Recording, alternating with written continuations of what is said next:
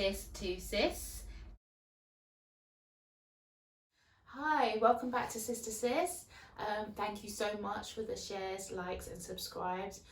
We know part one of this series is 2 parts, did really well, and we're going to discuss part 2 of To Walk Away or To Stay.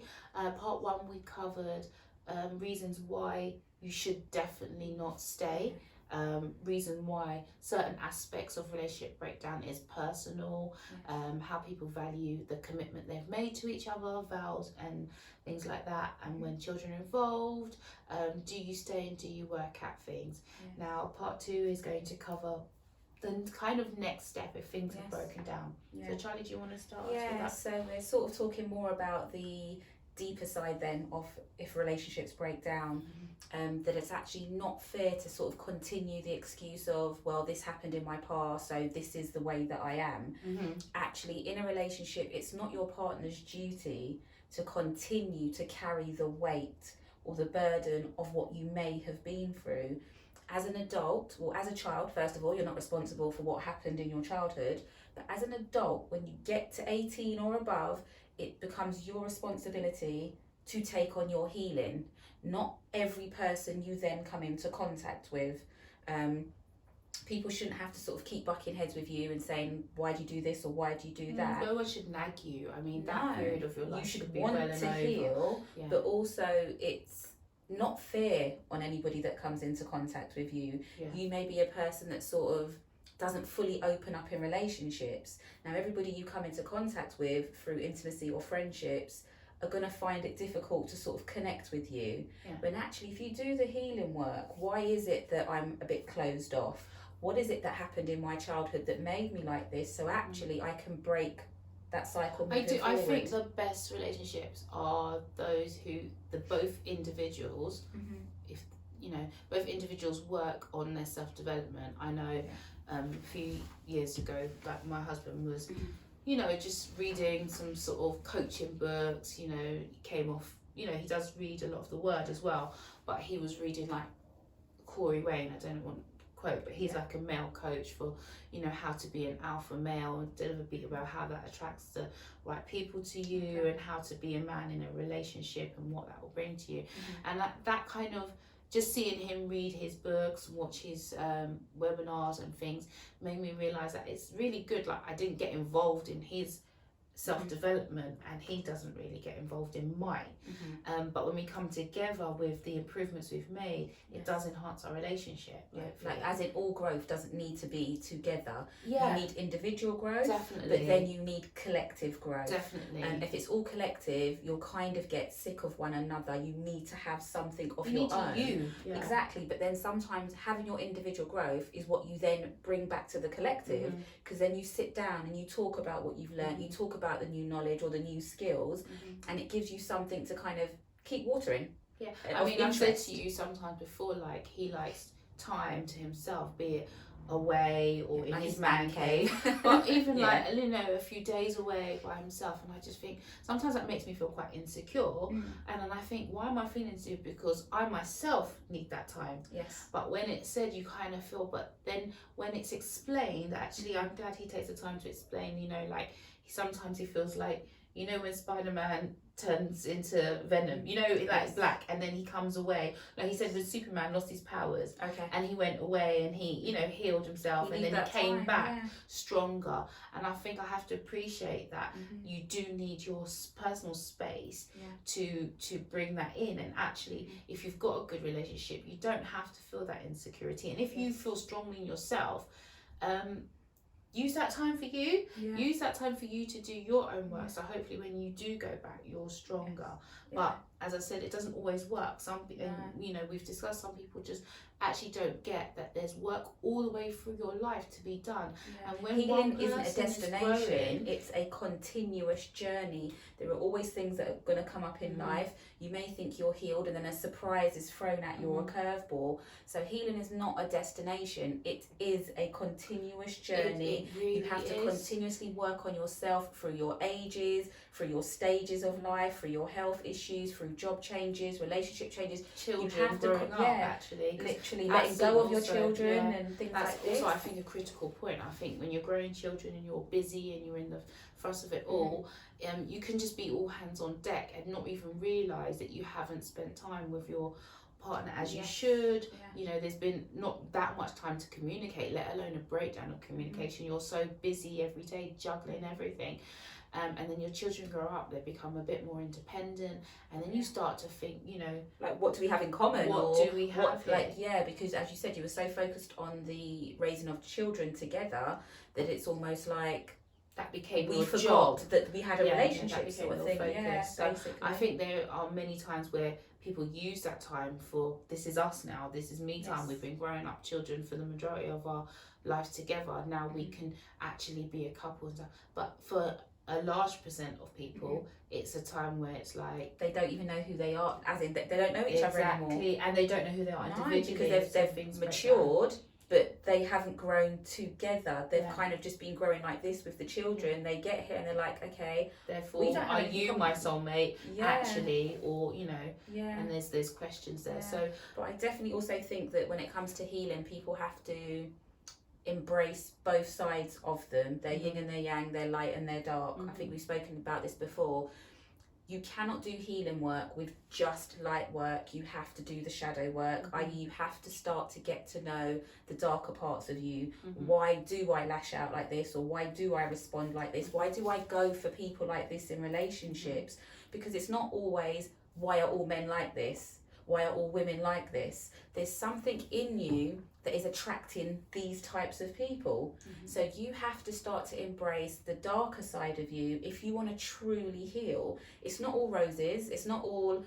That's really powerful. That's really just got my mind going, actually, just thinking about all the things that you need to pull out forward with yourself. You don't have to do it with anyone if you don't want to. It's good if you can afford or can seek, or a professional is there to help you, but actually to bring out all the things that you might be projecting on someone else and thinking that's their issue they've brought to me for, you know, however many years, or for 5 years.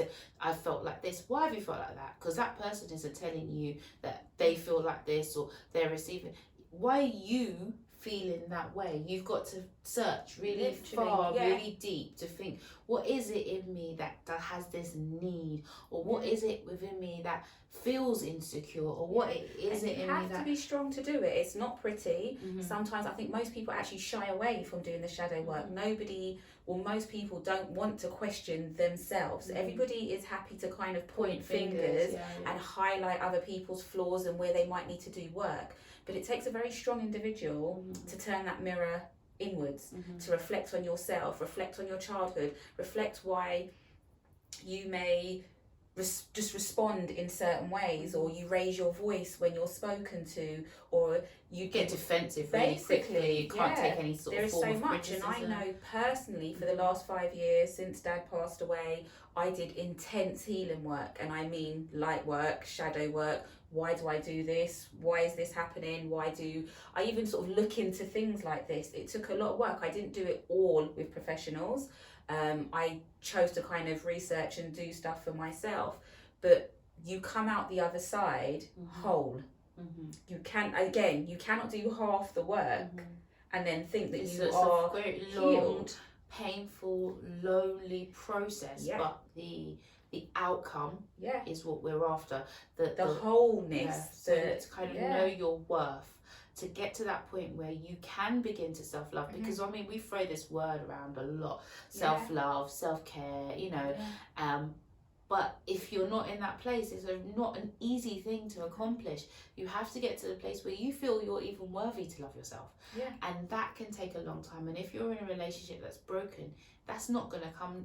That's not going to come to you if you're not in a place where you can be alone and heal. And I don't mean you have to not be with your partner. I mean just that time in your thought process, your reflection time, your journaling. If you can do that, if you can have 5 minutes, you know, a day where you go away and you be with you and think about the things that you're asking of someone and what you're asking of yourself.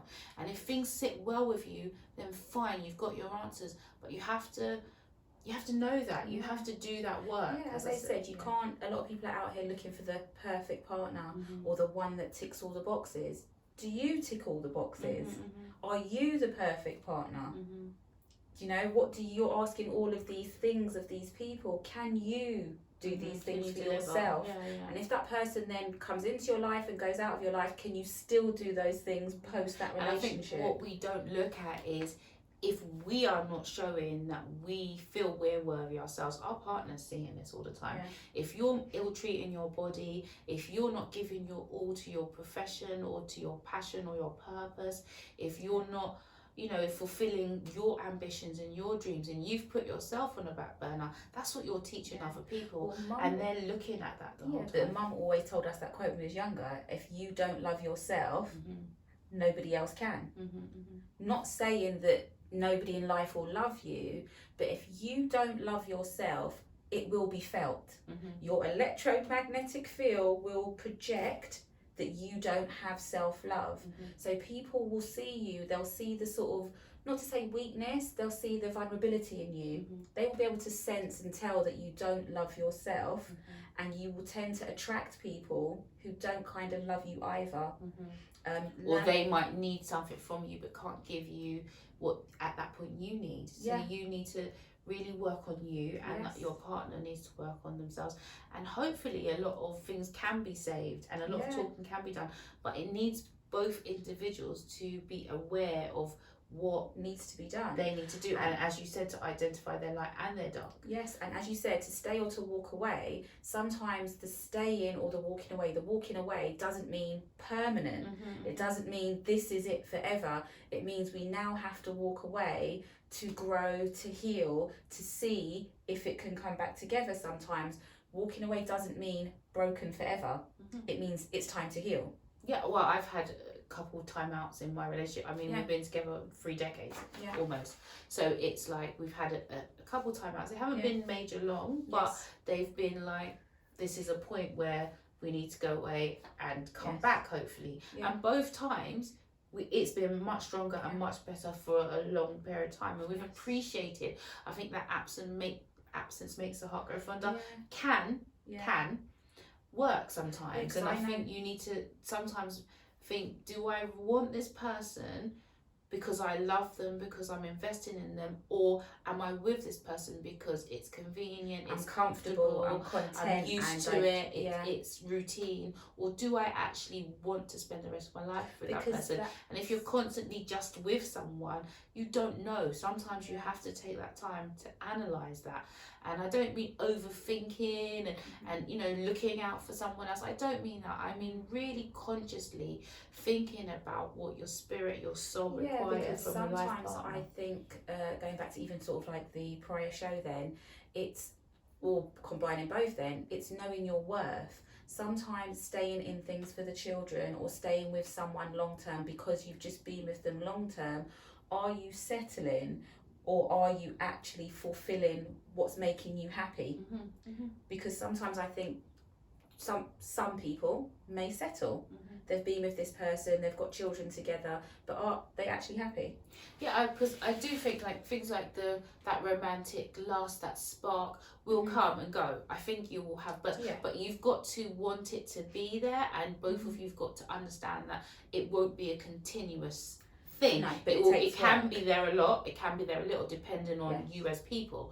But if it goes completely, then there are issues. If it fades out and you don't talk about the fading out of it and how we're going to get that back, or how to please each other, then you're going to have issues. So I think it's all communication. Like everything we've spoken about through all these weeks has boiled down to, can you have that conversation?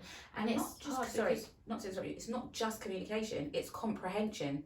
Because you could talk to somebody for hours, but if they do not understand what you're communicating, if they're choosing to not hear what you're saying, you're going to be talking till you're blue in the face. And again, like when we talk about infidelity, you could communicate how things have made you feel, but if the person is not understanding you, or puts just their needs basically anything else. So communication is most definitely key, but secondary to that is comprehension. Taking the time to understand basically, let's throw in empathy then. Taking the time to empathise what How the you- other person How would is you going feel through. if she How was would on you the other feel? foot? Yeah. So I think a lot of people will have relationships where they have to end. Some people will, as I said, will hopefully work through things. And I do think if you do have to put closure to a relationship, you have to then do the work. And as you said, identify your light and dark. And to maybe just put a close to that, to have a sort of cleansing ceremony. Don't jump straight into another place, another relationship, another sort of substitute. I think you need to do your work on you. Yeah. I think you need to discover who you are and what you want out of life and what you need out of a significant other. And things like cleansing ceremonies will help. Yeah. And that's like putting all your light and dark Yeah. out on the table. Literally understanding your own love language, your own love styles. So the next relationship you go into, you know how you want to be loved. That's it, and write them down. Literally. Write them down. Put them in a little box. You know, all the things Yeah. you want. Put them in a little treasure box. Yeah. Light a candle. Yeah. Spend time with that. You know, affirm what you want. Literally. And all the things you don't, like, literally burn. Like, write them down. This is what I will not accept. This is my no. This is the limit, the line that people don't cross with me because I need to keep my self-worth. Then write those down and burn them, or put them in a separate box that you never open. Do you know what I mean? A Because letter to yourself then. Write a letter to yourself. Thank you. A letter to yourself. Write a letter Works to yourself. miracles. Yeah. Because a lot of people are very good at giving advice, Mm-hmm. but not taking it. Mm-hmm. So maybe sort of remove yourself from the situation. Mm-hmm. What would I say if I was giving advice to my friend? But actually write that letter to yourself. I think that's what we've been doing a lot of, is taking our own advice, Yeah. and not just preaching and not just No, telling people Yeah. our views and our opinions and not living it. I mean, we're living it, like literally. Speaking our truth, literally. We are living all the things we're talking about, believe it or not. So do what you need to do. Write things down. It's very powerful to affirm the things you want in your life. If you put it down in ink, it really, when you go back and look at it and you think, oh my goodness, I do that in my journal, and things I look back last year and I think, I done that and smashed it out the park just because I've written it down and I can go back and I've just put it there as an actual goal, not as a thought, an idea, dream I had and woke up and then over days it dissipated. Like, really write it down, keep it somewhere safe so you can go back to it and look at it. Hold yourself accountable for where you want to be and your happiness. Lovely word, accountable. Self-accountability leads to self-awareness. Once you become self-aware, you can grow, and the levels of enlightenment that you can get to is limitless. So but you have to become accountable for your healing, become accountable for your actions, and then become accountable for moving forward. Love yourself so that others will then be drawn to you and love you, and that's kind of how the universe, how it works. So we got work to do. You got work to do. I got work to do.